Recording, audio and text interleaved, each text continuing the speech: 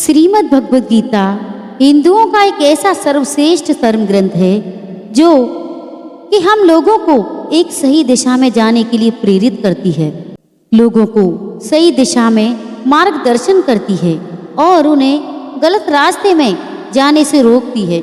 इसमें जो उपदेश बताए गए हैं वो भगवान श्री कृष्ण ने स्वयं कुरुक्षेत्र के युद्ध के दौरान अर्जुन को बताए थे।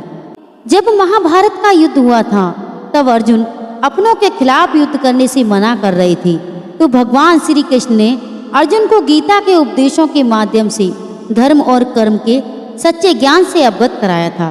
आज श्रीमद् भगवद गीता के उपदेश हमारे देश में ही नहीं बल्कि विदेशों में भी लोगों का ध्यान अपनी ओर आकर्षित करने में सफल हो रहे हैं। तो आइए जानते हैं उन उपदेशों के बारे में जो कि जीवन में आगे बढ़ने के लिए हमेशा हमको प्रेरित करती हैं।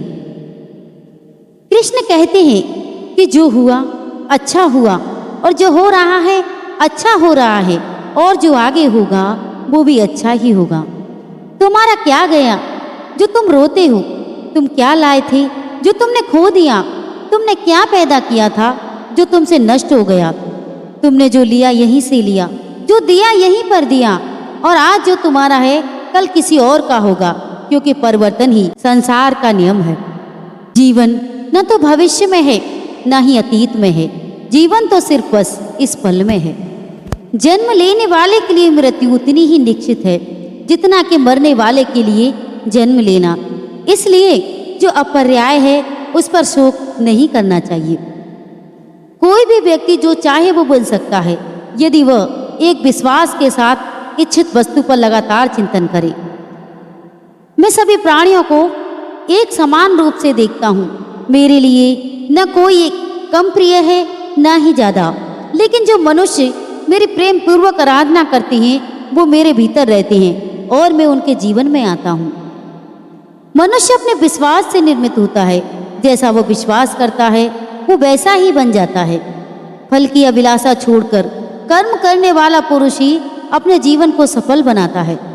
कृष्ण कहते हैं कि हे अर्जुन, क्रोध से भ्रम पैदा होता है, भ्रम से बुद्धि व्यग्र होती है, जब बुद्धि व्यग्र होती है तब तर्क नष्ट हो जाता है, और जब तर्क नष्ट होता है तब व्यक्ति का पतन हो जाता है।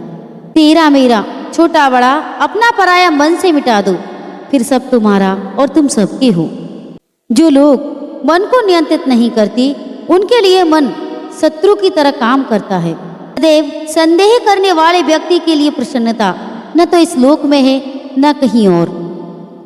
कृष्ण कहते हैं कि हे अर्जुन, हम दोनों ने कई जन्म लिए हैं, मुझे सब याद है लेकिन तुम्हें नहीं।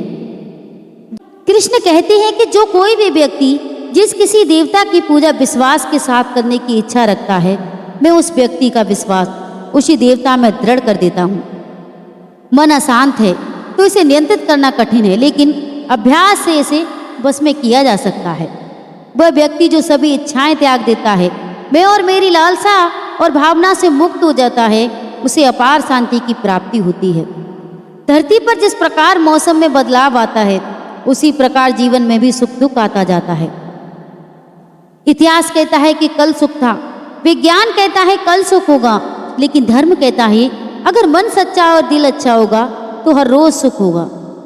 समय से पहले और भाग्य से अधिक कभी किसी को कुछ नहीं मिलता। जो व्यवहार आपको दूसरों के लिए पसंद ना हो ऐसा व्यवहार आप दूसरों के साथ भी ना करें। जब जब इस धरती पर पाप, अहंकार और अधर्म बढ़ेगा तब उसका विनाश कर पुनः धर्म की स्थापना करने हेतु मैं अवश्य ही अवतार लूंगा। कृष्ण कहते हैं अर्जुन, मैं भूतकाल, वर्तमान और भविष्य काल में सभी जीवों को जानता हूँ, लेकिन वास्तविकता में मुझे कोई नहीं जानता। वह व्यक्ति जो अपनी मृत्यु के समय मुझे याद करते हुए अपना शरीर त्यागता है वो मेरे धाम को प्राप्त होता है, और इसमें कोई संशय नहीं है। अच्छे कर्म करने के बावजूद भी लोग केवल आपकी बुराइयां ही याद रखेंगे, इसलिए लोग क्या कहते हैं इस पर ध्यान मत दो, तुम अपना काम करते रहो। मनुष्य को परिणाम की चिंता किए बिना लोभ, लालच और निस्वार्थ और निष्पक्ष होकर अपने कर्तव्यों का पालन करना चाहिए। मानव कल्याण ही भगवद गीता का प्रमुख उद्देश्य है, इसलिए मनुष्य को अपने कर्तव्यों का पालन करते समय मानव कल्याण को प्रभावित कर देना चाहिए। मनुष्य को जीवन में कभी चुनौतियों से भागना नहीं चाहिए और ना ही भय और ईश्वर की इच्छा जैसे बहानों का प्रयोग करना चाहिए। परिवर्तन ही संसार का नियम है। एक पल में हम करोड़ों के मालिक हो जाते हैं तो दूसरे पल में ही लगता है कि हमारे पास अब कुछ भी नहीं है। अपने आप को भगवान के प्रति समर्पित कर दो। यही सबसे बड़ा सहारा है। जो कोई भी इस सहारे को पहचान गया वो डर, चिंता और दुखों से आजाद रहता है। न तो ये शरीर तुम्हारा है, ना ही तुम इस शरीर के मालिक हो। ये शरीर पंच तत्वों से बना है, आग, जल, वायु, पृथ्वी और आकाश। एक दिन ये शरीर इन्हीं पंच तत्वों में विलीन हो जाएगा। कोई भी इंसान जन्म से नहीं बल्कि अपने कर्मों से महान होता है। जब इंसान अपने काम में आनंद खोज लेते हैं तब वे पूर्णता प्राप्त करती हैं। तुम क्यों व्यर्थ की चिंता करते हो? तुम क्यों भयभीत होते हो? कौन तुम्हें मार सकता है? आत्मा न कभी जन्म लेती है न इसे कोई मार सकता है। ये ही जीवन का अंतिम सत्य है। कृष्ण कहते हैं कि अर्जुन, मैं ही धरती की मधुर सुगंध हूँ, मैं ही अग्नि की ऊष्मा हूँ, सभी जीवित प्राणियों का जीवन और सन्यासियों का आत्मसंयम भी मैं ही हूँ। मन की गतिविधियाँ, होश, श्वास और भावनाओं के माध्यम से भावना की शक्ति सदा तुम्हारे साथ है। कृष्ण कहते हैं कि हे अर्जुन, बुद्धिमान व्यक्ति को समाज कल्याण के लिए बिना आसक्ति के काम करना चाहिए। जीवन का सारा खेल दृष्टिकोण का है। अगर जीवन दृष्टिकोण उत्तम है तो बेकार की चीजें भी उत्तम परिणाम नजर आने लग जाएंगे। जैसे जल अगर गंदा है तो हम उसे पी नहीं सकते, और वही जल आग बुझाने के काम आता है। अपना दृष्टिकोण बदल दो, परिणाम अपने आप बदल जाएंगे। कोई भी चीज आयोग नहीं होती, कोई भी व्यक्ति आयोग नहीं होता, उसे आयोग बनाती है उसकी सोच। इसलिए बहुत जरूरी है कि खुद को पहचानो, फिर आप जान जाओगे कि आप वास्तव में कौन हो। लोग कहते हैं कि अच्छाई के मार्ग पर कठिनाइयां हैं तो अच्छे क्यों बने, जबकि बुरे लोग सुखी रहते हैं तो बुरे क्यों ना बने। अच्छे इसलिए बनो क्योंकि अच्छे व्यक्ति का हृदय शांत रहता है और बुरे लोग अशांत ही रहते हैं। अच्छे इसलिए बनो क्योंकि अच्छे व्यक्ति का मन संतोषी होता है और बुरा सदैव असंतोष से भरा रहता है। अच्छे इसलिए बनो क्योंकि अंत में जीत सच्चाई की होती है, और चाहे जितना भी बदल जाए जमाने का चलन, झूठ से सच्चाई कभी हार नहीं सकती। सत्य है कि जीवन और मृत्यु एक अटल सत्य है कि मृत्यु सभी को आती है पर जीवन जीना सभी को नहीं आता। हमारा पूरा जीवन निकल जाता है और हम जान नहीं पाते कि जीवन जिए तो कैसे जिए। जीवन को जीना है तो दिए की तरह जियो। लो तो अपनी लो से उन असंख्य दियों को प्रकाश देता है जो बुझे हुए हैं। दिया देना चाहता है, दिया बांटना चाहता है, इसलिए दिया पूजनीय है। तो जीवन को दिए की तरह जियो, बनो, बांटने वाला बनो। इंसान कभी कभी बहुत बड़ी गलती करता है। वो झुकने को सिर्फ आत्मसम्मान से जोड़ लेता है। झुकने का अर्थ केवल आत्मसम्मान को देना ही नहीं होता, झुकने का अर्थ विनम्रता भी होती है। एक इंसान ने जो भी पाया है झुककर ही पाया है। जब बचपन में चलना सीखा तो इस धरा पर झुककर गिरकर चलना सीखा। बड़ों का आशीर्वाद लिया तो झुककर लिया। कुएं से पानी निकालने के लिए बाल्टी को झुकना ही पड़ता है। भगवान का आशीर्वाद झुककर ही मिलता है। सम्मान मिलता है तो झुककर। आंधियों में भी वही वृक्ष बचते हैं जो झुक जाते हैं। यहाँ झुकने का अर्थ विनम्रता है। जैसे पहाड़ की चोटी पर चढ़ने के लिए झुकना पड़ता है, वैसे ही सफलता के शिखर पर पहुंचने के लिए और ठहरने के लिए विनम्र रहना पड़ता है। रिश्तों पर आधारित होता है। हमारे सुखों का आधार होते हैं रिश्ते, हमारी सुरक्षा का आधार होते हैं रिश्ते। फिर भी सबसे ज़्यादा दुख हमें रिश्तों से ही मिलता है। सबसे ज़्यादा मनमुटाव रिश्तों में ही हो जाता है। ऐसा इसलिए क्योंकि हम रिश्तों में एक दूसरे को पूरी तरह से स्वीकार नहीं करते, सामने वाले को बदलने की कोशिश करते हैं। वो सही है तब भी हम उसे अपने हिसाब से ढालने की कोशिश करते हैं। रिश्तों में प्रेम चाहिए तो एक दूसरे को स्वीकार करना होगा।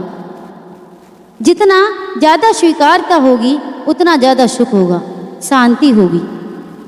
जितनी ज़्यादा अस्वीकारता होगी उतना ही ज़्यादा मनमुटाव होगा, दुख होगा। बेहतर यही होगा कि दूसरों को बदलने की बजाय खुद को बदलो।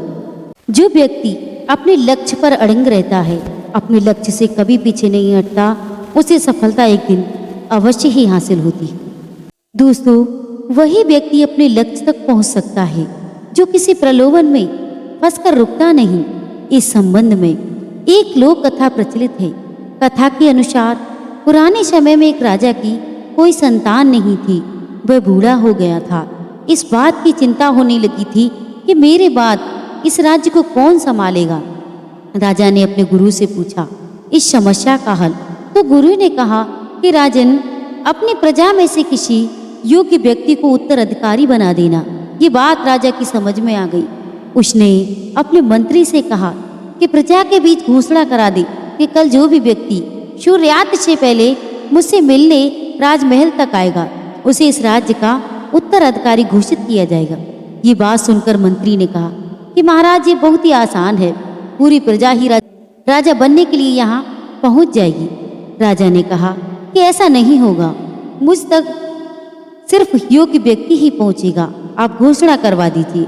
मंत्री ने राजा की आज्ञा का पालन किया और प्रजा तक संदेश पहुँचा दिया। अगले दिन बड़ी संख्या में लोग उत्तराधिकारी बनने के लिए राजमहल की ओर निकल पड़े। महल के बाहर राजा ने बड़े मेले का आयोजन किया था। मेले में शराब थी, नाच गाना हो रहा था, तरह तरह के स्वादिष्ट पकवान थे, कई तरह के खेल वहाँ हो रही थी।